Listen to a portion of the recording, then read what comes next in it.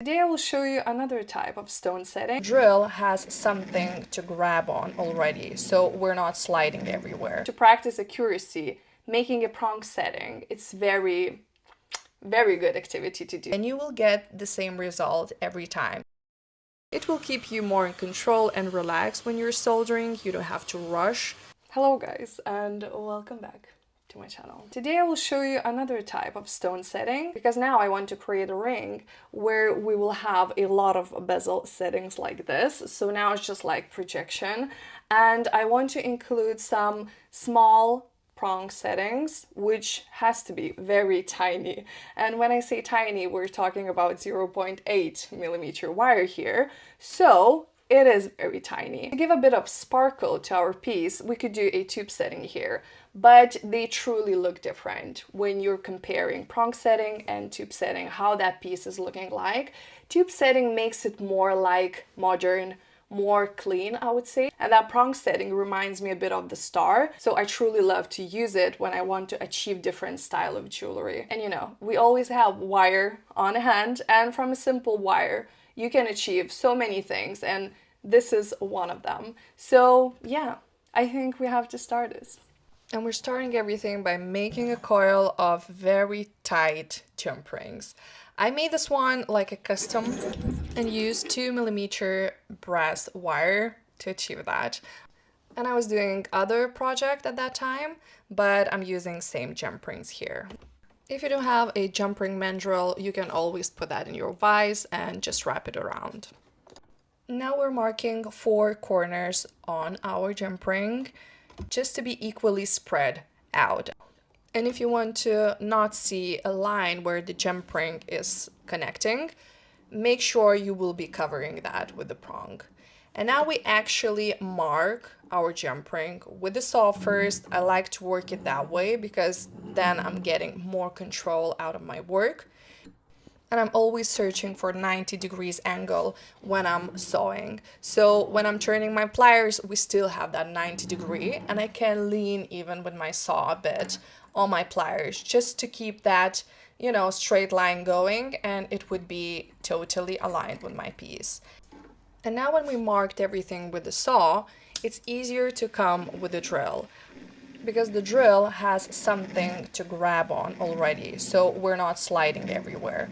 If you want even more control, go and make that mark a bit more with your files. Just keep in mind that you have to keep that 0.8 millimeter mark, because we will be creating prongs later on in 0.8 millimeter size.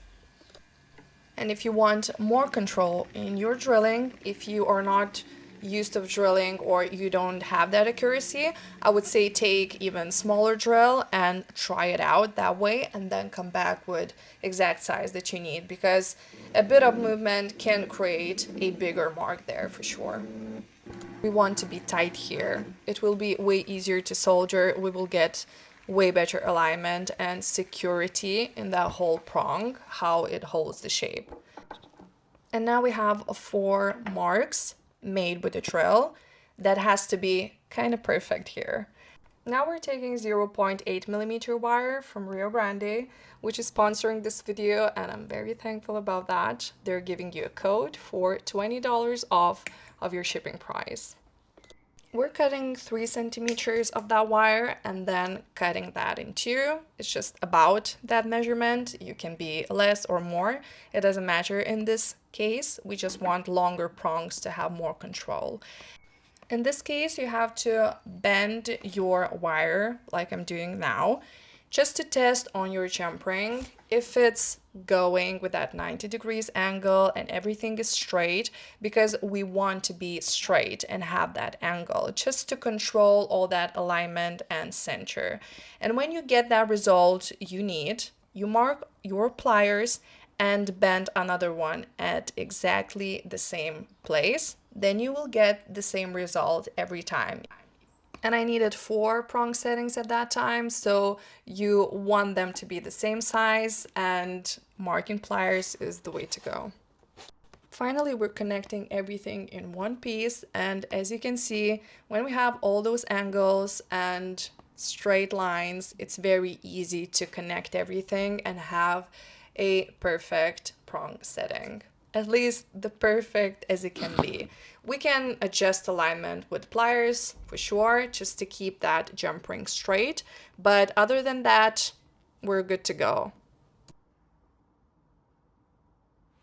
Okay, so now I have 4 stone settings in front of me. They are extremely tiny. I don't know if you can't even see that, but you saw that on the screen, so that's okay. And with prong settings, I would suggest make more settings, because in soldering station, you know how it goes. Sometimes we're losing something, so that's why we want to make sure that we have enough for our piece and we don't have to like go again and make again and feel that frustration, because when you have more, you're like, okay, we're good to go. I still have some, you know? So I like to work that way because it gives you more space to make mistakes and you're not that scared of ruining something. I can't recommend enough to do more tiny pieces because they teach you a lot, truly a lot. And you don't have to use that much silver as well because, you know, we're counting our material too. So to practice accuracy, making a prong setting, it's very good activity to do, and we need to solder. When we're coming to solder a tiny piece of jewelry, we need to make sure that we have everything steady. And if you want to control your work even more, I would suggest always make sure you have some kind of heatsink. So heatsink won't let you to heat that piece very quickly. So the bigger your heatsink will be, the better when it comes to very tiny pieces like this. In this case, I'm using my Jiria's third hand and I'm soldering everything basically on one go, but you can always twist your piece.